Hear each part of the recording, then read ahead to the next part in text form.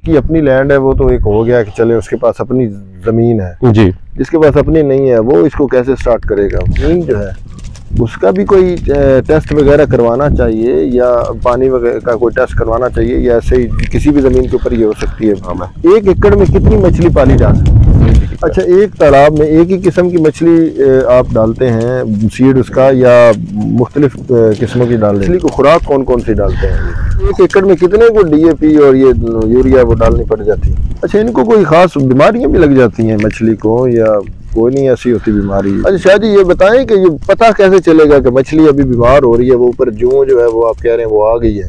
कितना एक वेट होता है? सबसे ज़्यादा कौन सी मछली ग्रोथ करती है और अभी जो आपके पास मछली चूंकि आपकी तैयार हो चुकी है जी, तो कितना इसका वेट बन चुका होगा? हम समझते हैं कि ये साइड बिजनेस, भाई ये साइड बिजनेस नहीं है। कितनी एक लेबर आपने रखी हुई है यहाँ पे? बंदे 35 एकड़ है आपके पास। शाह जी, आज का रेट क्या चल रहा है? अब तो सर्दी का सीजन बल्कि हो चुका है, दिसंबर खत्म होने वाला, आधा मिड हो चुका है, क्या रेट्स हैं आजकल? बात करें 1 एकड़ का कोई फार्म बनाए तो उसके ऊपर उसको कितना एक रिटर्न मिल जाता है? आप मछली इसको निकाल देते हैं, ठीक है जी। जब आपने दोबारा उसको डालना है तो वो फार्म को खुश्क करना जरूरी है या उसी पानी के अंदर भी वो स्टार्ट कर सकते हैं दोबारा? शाह जी, आपके फार्म की लोकेशन क्या है और आपका कॉन्टैक्ट नंबर क्या है? बिस्मिल्लाहिर्रहमानिर्रहीम, अस्सलाम वालेकुम। मैं हूँ उस्मान खिच्ची।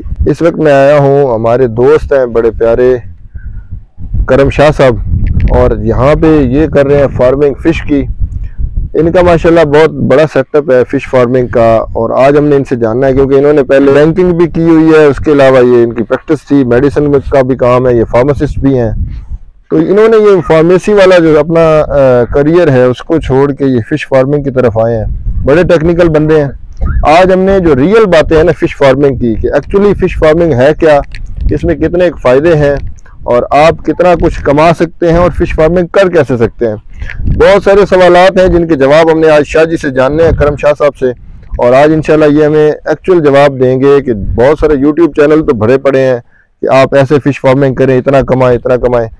एक्चुअली इसकी सिचुएशन क्या है और इसमें रियलिटी कितनी क्या है, आज हमने ये सब कुछ जानना है शाह जी से। अस्सलाम वालेकुम शाह जी। वालेकुम अस्सलाम। उस्मान भाई क्या हाल है? ठीक है, अल्लाह का शुक्र। शाह जी, बड़ा आपने अपने जो बिजी स्केड्यूल में से हमारे लिए टाइम निकाला, पहले तो हम आपका शुक्रिया अदा करते हैं। बहुत शुक्रिया आप लोगों का।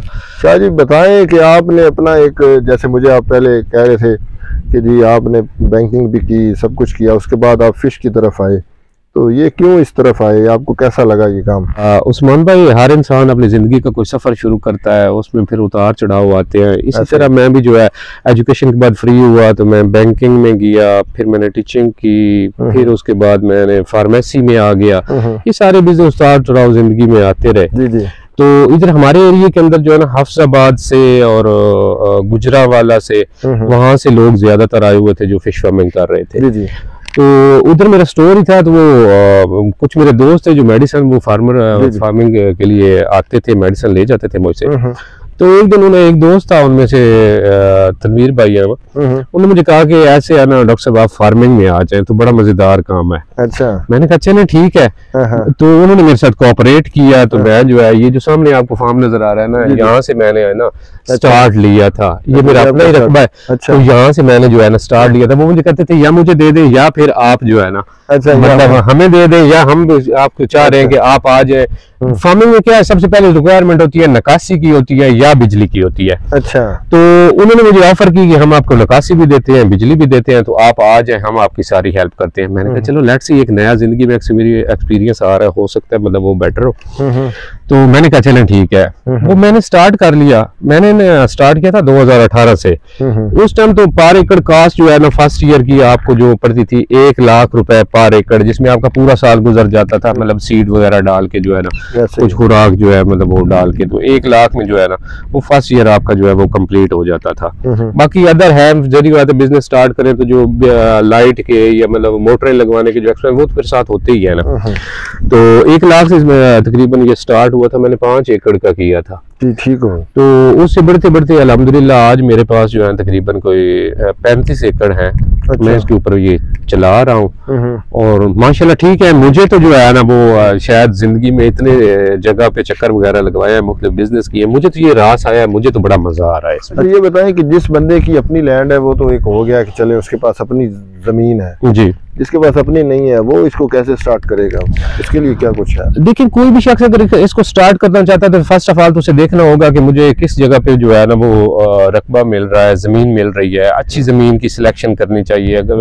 लेकिन ये है कि जब आप स्टार्ट करना चाहते हैं तो जब आपको जमीन मिल रही हो तो साथ आपने देखना होता है कि मतलब इसकी नकासी और जो है साथ बिजली का जो सिस्टम है वो मेरा कितने एक्सपेंस पे वो स्टार्ट हो सकता है, बाकी नकासी वहाँ पे अवेलेबल है या नहीं, क्योंकि इन दोनों चीजों के अलावा फार्मिंग कंप्लीट नहीं है। जब आपको दोनों चीजें क्लियर हो जाए फिर आप उस रकबे की बात कर ले। ओवरऑल जो यहाँ पे रेट चल रहा है वो तकरीबन अब जो है वो तकरीबन 25,000 से 30,000 रुपए तक जो है ना वो चल रहा है। फिर रकबे के लिहाज से लोगों की डिमांड डिफरेंट होती रहती है। ये मैं आपको जो है ना कुछ एस्टिमेटेड चीजें बता रहा हूँ। अब जो है अदम एतमाद के बाद 2022 के बाद जब खान साहब के साथ वो हुई थी तो उसके बाद तो काफी चेंजिंग आई। आप तो तकरीबन 2 लाख जो है ना वो पहले साल में आपको जो है वो स्टार्ट करने में वो आपका लग जाएगा। 1 एकड़ का होता है? 1 एकड़ का, क्योंकि बिजली भी आपने लगानी है, ट्रैक्टर लगवा के बंद वगैरह निकलवाने हैं, उसकी मतलब फार्म की जरिए डेप्थ, उसकी लोकेशन वो सारी जो आपने बनवानी है, ऊपर जो बिजली मोटर एटीसी वो सेटअप होता है। उसके बाद फिर जहरी बात है फर्स्ट टाइम जब आप स्टार्ट करते हैं आपके पास सीड भी नहीं होता, फिर आप उसके अंदर सीड डालते हैं, फिर सीड के एक्सपेंस, फिर आगे जो है उसकी जो है खुराक के एक्सपेंस होते हैं, ये सारे डाल के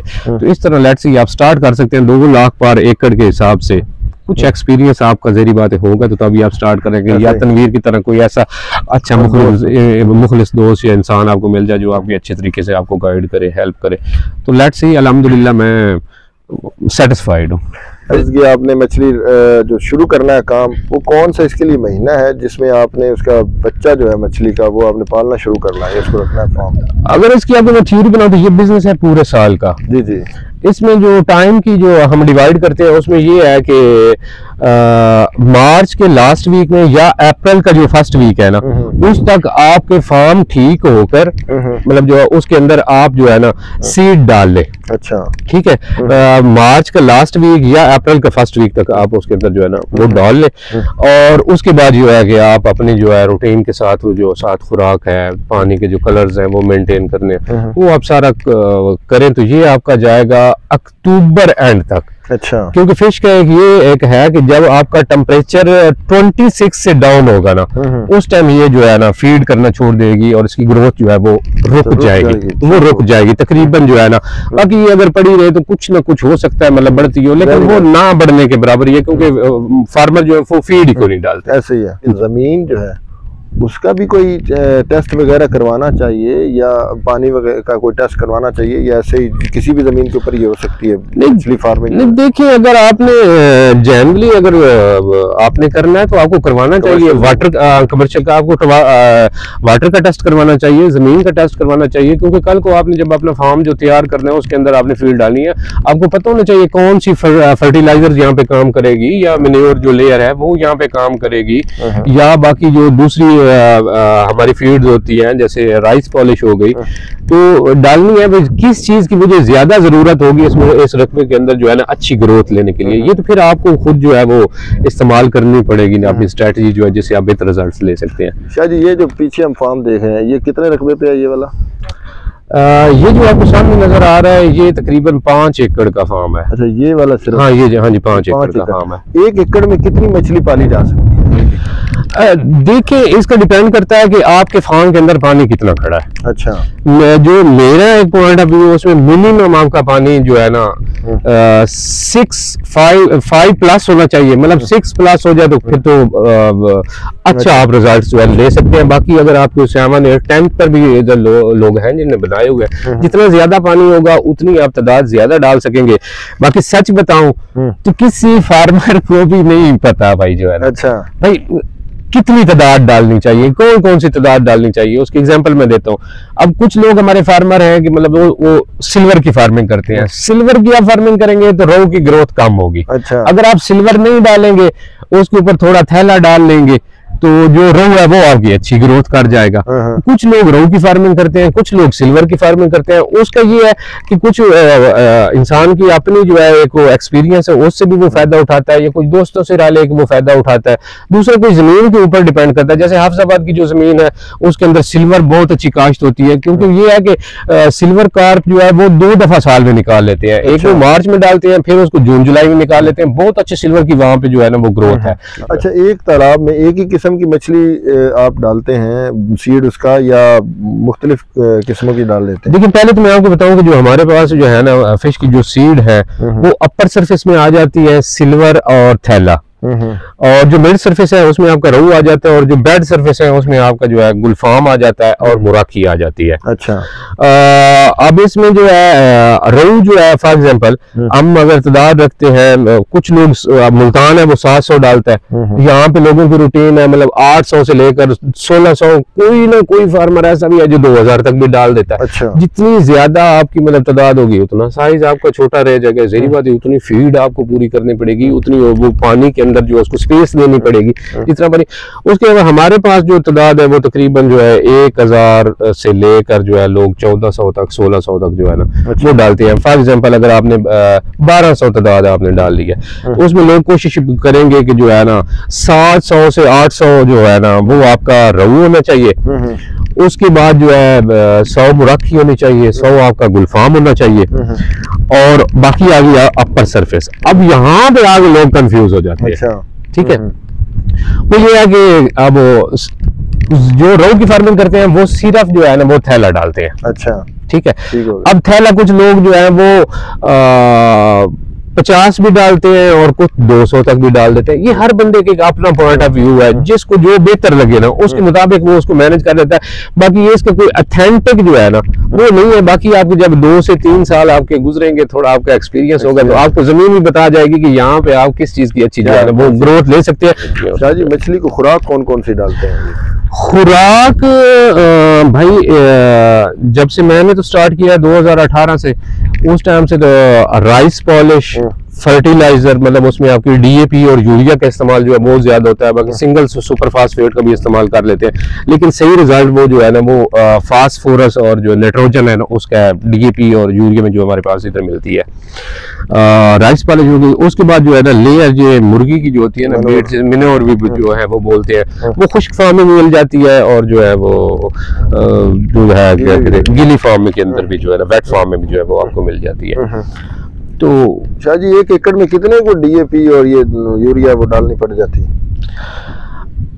अच्छा सवाल आपने पूछा। अब देखिए ये डिपेंड करता है कि रकबे के ऊपर आपको पता चलना चाहिए कि मतलब कौन सा रकबा कौन सी किस खाद को मानता है। अब मैं आपको दोबारा फिर ले जाता हूँ हाफिजाबाद की तरफ। हाफिजाबाद के अंदर वो कहते हैं कि जितनी खाद मिलो उतनी डालो, इतना रिजल्ट लो। अब ये हमारे इस एरिया के जो रकबे हैं ये ज्यादातर जो है ना ये मतलब खाद को मानते हैं, लेकिन ओवर नहीं मानते। अगर ओवर करेंगे तो आप ओवरडोज करेंगे तो जरी बात है फिश की जो है ना वो मोर्टेलिटी जो है वो होना शुरू हो जाएगी। यहाँ पे जो मैंने अपने एक्सपीरियंस में देखा है ना 3 बैग जो है ना वो पर एकड़ में डालता हूँ सीजन में जो है ना पर एकड़ डीएपी के, और साथ जो है तकरीबन जो है ना 1.5 से 2 जो है ना वो मैं यूरिया के डाल देता हूँ। अच्छा, इनको कोई खास बीमारियां भी लग जाती हैं मछली को, या कोई नहीं ऐसी होती बीमारी? कैसे चलता है बीमारी लग गई अभी? देखिए बीमारियां इसके अंदर कोई ज्यादा है नहीं भाई ना, ठीक है ना, पोल्ट्री की तरह ये नहीं है। ये इसकी जो है ना लेंथ है और इसकी जो है ना क्वालिटी, इसके अंदर बीमारियां बहुत कम है। बाकी एक जो है उसे हम जू के नाम से जानते हैं, या फिर वो लर्निया होती है, वो आपकी अगर हो भी सी तो वो सूरत में होती है जब आप ओवरडोज करते हैं। ओवरडोज होगी, फार्म के अंदर फीड एक्स्ट्रा पड़ी रहेगी, जमीन के अंदर वो अमोनिया जनरेट करेगा। अमोनिया से वो है ज़ाहिर बात है वो फिश की स्किन के ऊपर जो है ना एक वो जू वाली या लर्निया वो जख्म जो हो जाते हैं, या कभी कभार ऐसे होता है कि इनके अंतड़ियों का जो है ना वो इन्फेक्शन जो है वो हो जाता है। लेकिन उसका इलाज जो है वो एक मेडिसिन होती है सेपरमेथ्रिन के नाम से, वो तकरीबन जो है 50 to 100 ml पर एकड़ के हिसाब से पानी के अंदर डिल्यूट करके स्प्रे करें। वो 3 स्प्रे आपको करने पड़ते हैं, तो उससे होपफुली जो आपकी वो है बीमारी जू वाली जो है वो खत्म हो जाती है। या साथ जो अगर आपके पानी उस फार्म का जो है वो अगर आप चेंज कर देते हैं तो उससे भी वो बीमारी जो खत्म हो जाती है। उसमें भी कसूर फार्मर का ही है, जब भी ओवरडोज करेगा फार्म का कलर तेज होगा, नीचे अमोनिया क्रिएट होगा तो वो बीमारियां बनेगी। अगर अमोनिया क्रिएट ही ना हो तो फिर वो बीमारियां जो है ना वो बनती ही नहीं है। अच्छा शाह जी, ये बताएं कि ये पता कैसे चलेगा कि मछली अभी बीमार हो रही है, वो ऊपर जू जो है वो आप कह रहे हैं वो आ गई है, वो कैसे पता चलेगा? एक तो ये चीज है कि जब आपकी भी उस्मान में तबीयत खराब होती होगी, आपका भी खाने पीने के लिए दिल नहीं करता होगा। ऐसे ही है। जब फार्म को आप फीड डालते हैं तो आप जब देखते हैं तो आपको नजर आ जाता है कि आज मेरी फिश जो है वो फीड पे नहीं आई। अच्छा। और 2 से 3 दिन से जो है वो मतलब वो खामोश है, मतलब वो फीड नहीं कर रही। ये अलार्मिंग होता है कि फर्स्ट अलार्म होता है कि यार ना कोई प्रॉब्लम है, तभी फिश जो है ना फीड नहीं आ रही। और सेकंड जो ये लर्निंग वाला इशू हो ना, तो फार्म के अंदर फिश ऐसे थोड़ी ना जंपिंग करती है और अपनी बॉडी को ऐसे ना थरथराती है। अच्छा। जो वो जंपिंग करेगी, थरथराएगी। अगर इस फार्म के अंदर जो है तो आप यहाँ खड़े होकर देखेंगे, तकरीबन अगर आप ऑब्जर्व करें 5 से 10 मिनट, तो कम से कम आपको जो है ना 15 से 20 दाने जो है ना मुख्तलिफ जगह के ऊपर जो है ना ऐसे जंप करेंगे और जिस्म को थरथराएंगे। तो वो एक अलार्मिंग होता है, फीड भी नहीं कर रही, साथ वो बार बार इतना कर रही है। और उसका खास कर पता चलता है अगर सुबह अर्ली मॉर्निंग के टाइम पे फिश ऐसे कर रही है ना, तो फिर मेरा जो एक्सपीरियंस उसके मुताबिक फार्म के अंदर जो है ना वो मतलब वो जू है या जो फर्टिलाइजर या लेयर है उसकी जो है ना वो मिकदार ज्यादा है, क्योंकि वो उसकी स्किन के ऊपर जाके जो है ना वो इफेक्ट करती है, जिसकी वजह से उसको वो प्रॉब्लम होता है। अच्छा शाह जी, ये बताएं कि ये इसका कितना एक वेट होता है? सबसे ज्यादा कौन सी मछली ग्रोथ करती है? और अभी जो आपके पास मछली चौके आपकी तैयार हो चुकी है जी, तो कितना एक इसका वेट बन चुका होगा? देखें भाई, जो है ना आपकी अपर सरफेस जो बात हुई थी आपकी सिल्वर और थैला, क्योंकि एक तो क्वांटिटी में भी ये कम होते हैं और अपर सरफेस होते हैं, सबसे पहले फीड ये लेते हैं। ये हमारे पास तकरीबन जो है ना, अगर कोई फार्मर मेहनत करता है, अच्छा एनवायरनमेंट अपनी जो है फिश को देता है, तो वो तकरीबन 2 किलो पास जो है ना वो आराम से निकाल लेता है, 2 से 3 किलो तक जो है ना। अगर कम दाने हो या मतलब अच्छे साइज की ब्रीड आपने डाली हुई है तो हो सकता है वो 3 जो प्लस, लेकिन मोस्टली हमारे एरिया में जो है ना ये जो अच्छी केयर करें तो 2+ वो चला ही जाता है। बाकी उसके बाद आ गया रोहू, बात आपको पहले भी बताई थी, अगर सिल्वर डाल देंगे तो आधा किलो 3 पार आ जाएगा। अगर सिर्फ आप थैला डालेंगे, कम मिकदार में आप डालेंगे, कम से मुराद है कि 50 दाने आप डाल लें। मतलब मुल्तान तो ऐसे करता है कि 100 में 95 रहू है तो 5 जो है ना ऊपर 100 पूरा करने के लिए वो थैला डाल देते हैं। सिल्वर के तो वो करीब ही नहीं जाते पहले। तो सेकंड पे मिड सर्फेस में आपका रहू आ जाता है। तो रहू की देखिए डिपेंड करता है कि फार्मर कितना एक्सपेंस कर रहा है मैनेजमेंट के ऊपर। मैनेजमेंट जो है ना वो कहते हैं, जो मैंने तो इसमें सीखा है ना कि इसको फीड डालना जरूरी नहीं है, इसको फीड जो है ना वो करवाना जरूरी है।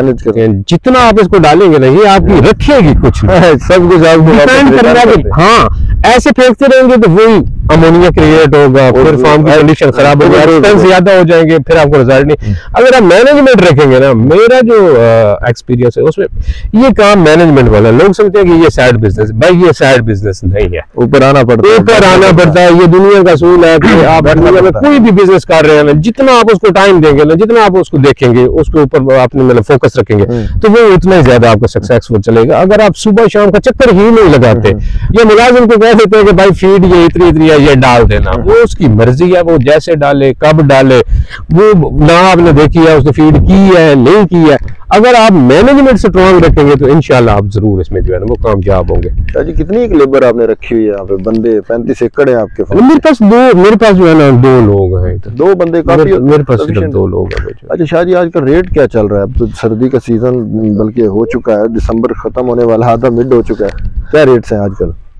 रेट्स की अगर आप बात करें तो वो बात बड़ी लंबी हो जाएगी, क्योंकि फिश जो हमारी सेल होती है ना ये होती है वजन के लिहाज से। अब आधा किलो का और वजन है, 3 किलो का और वजन है, बाकी जो है 3 पाव का और वजन है, किलो का और वजन है, 1.25, 1.5, तो इस तरह की कैटेगरी है।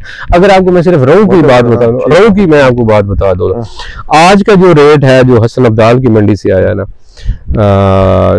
जब्बार साहब और नुमान साहब की तरफ से जो आया, जो हसन अब्दाल के मतलब हमारे लीडर्स हैं, मतलब जो मंडी के आड़ती हैं, तो उन्होंने जो भेजा है वो आधा किलो का 11,200 भेजा है, 3 पाव वाले का 13,000 भेजा है, किलो वाले रोहू का उन्होंने 15,000 भेजा है, और 1.25 वाला का जो है 15,700 भेजा है, और जो 1.5 वाला है वो उन्होंने 18,000 भेजा है, और जो 2 किलो वाला है वो 20,000 के हिसाब से जो है ना वो सबसे महंगी मछली जो रहू बिकती है, जो जिसका ज्यादा सबसे महंगी बिकती है जिसकी जितनी बड़ी होगी, जितनी बड़ी मछली होगी, जितनी बड़ी मछली होगी उसको इतना अच्छा रेट। अच्छा शाह जी, अगर हम वैसे जनरल बात करें, 1 एकड़ का कोई फार्म बनाए तो उसके ऊपर उसको कितना एक रिटर्न मिल जाता है, एक्सपेक्टेड होता है? कितने कमा लेता है बंदा? जो मेरा तो एक्सपीरियंस है भाई, मैं तो अपने एक्सपीरियंस की बात करूंगा, तो उसमें ये है कि कम से कम फर्स्ट ऑफ ऑल तो आपने देखना है ना कि आप इन्वेस्ट कितना कर रहे हैं। दुनिया के बिजनेस का असूल है, आप जितना इन्वेस्ट करेंगे उसके ऊपर ही आपको प्रॉफिट आना है ना। सही है। अब मैं हूं, अगर मैं 1 लाख 1 एकड़ के ऊपर खर्च करूं तो मैंने 1 लाख के हिसाब से भी उसका प्रॉफिट देखना है ना। अगर मैं 2 लाख पर एकड़ के हिसाब से कर रहा हूं तो मैंने प्रॉफिट भी उस रेशियो से जाके देखना है। विद मैनेजमेंट, विदाउट मैनेजमेंट आप 3 लाख भी कर लें तो मे भी आपको रिजल्ट ना आए। अगर मैनेजमेंट करके करें तो हो सकता है जो 3 लाख आपने करना है, अगर मैनेजमेंट कर करें 1.5 लाख में भी आपको वो रिजल्ट आ सकता है। ये अल्हम्दुलिल्लाह मेरे एक्सपीरियंस में है। अच्छा, तो बाकी जो है, जो हमारा ये एरिया है, ये यहाँ पे जो है, मैं तकरीबन जो बात वो करूंगा जो फिश के मुंह के अंदर से गुजरती है। बाकी तो ऊपर इलेक्ट्रिसिटी बिल आ जाते हैं, लेबर कॉस्ट आ जाती है, अदर मतलब एक्सपेंसेस बहुत सारे आ जाते हैं। तकरीबन मैं भाई जो है ना 1.5 लाख तक जो है ना, 1.5 लाख, 1.25 लाख, 1.60-1.70 तक जो है ना सालाना पर एकड़ जो है ना, पर एकड़ जो है वो मैं डालता हूँ। तो जो है ना, मैंने अपना जो एक्सपीरियंस देखा है इसमें जो है ना 1 लाख रुपए तक जो है ना पर एकड़ आपको रिटर्न दे लेती है। सालाना आपको रिटर्न जो है ना वो मछली आपको देगी। ठीक है। ताज़ा पानी जरूरी है, वो चेंज करना पड़ता है, या एक बार भर दिया तो बस ये खड़ा रहा पानी? बीमारी की वजह से सिर्फ चेंज करना पड़ता है, या वैसे ही इसकी कोई रिक्वायरमेंट्स भी होती है पानी चेंज करने की? अगर आपकी फिश को कोई इशू नहीं है तो फिर तो चेंज करने की कोई जरूरत नहीं है। अगर फार्म के अंदर कोई डिस्टर्बेंस है तो फिर समटाइम आपको जो है वो चेंज करना पड़ता है। और दूसरा ये सवाल है कि ये जब आप मछली इसको निकाल देते हैं, ठीक है जी, जब आपने दोबारा उसको डालना है तो वो फार्म को खुश्क करना जरूरी है, या उसी पानी के अंदर भी वो स्टार्ट कर सकते हैं दोबारा से?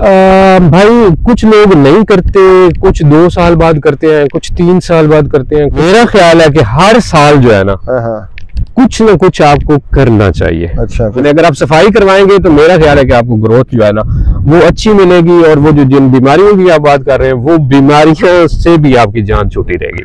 शायद आपके फार्म की लोकेशन क्या है और आपका कॉन्टेक्ट नंबर क्या है? फार्म की लोकेशन है, मेरे फार्म है इधर डेरा जाड़ा में, साथ ही एक नीचे है एक अकरम कॉलोनी पॉइंट, उसके साथ ही है। तो बाकी जो मेरा सेल नंबर है वो है 3000-387-116। शाह जी बहुत शुक्रिया कि आपने इतनी प्रीशियस हमें इंफॉर्मेशन दी, और क्योंकि आप एक पढ़े लिखे बंदे हैं तो आपने बिल्कुल टेक्निकल बातें बताई हैं। जी दोस्तों, हमने पूरी कोशिश की कि आपको सारी रियलिस्टिक इंफॉर्मेशन दी हैं कि इसमें कोई ऐसा झूठ नहीं है।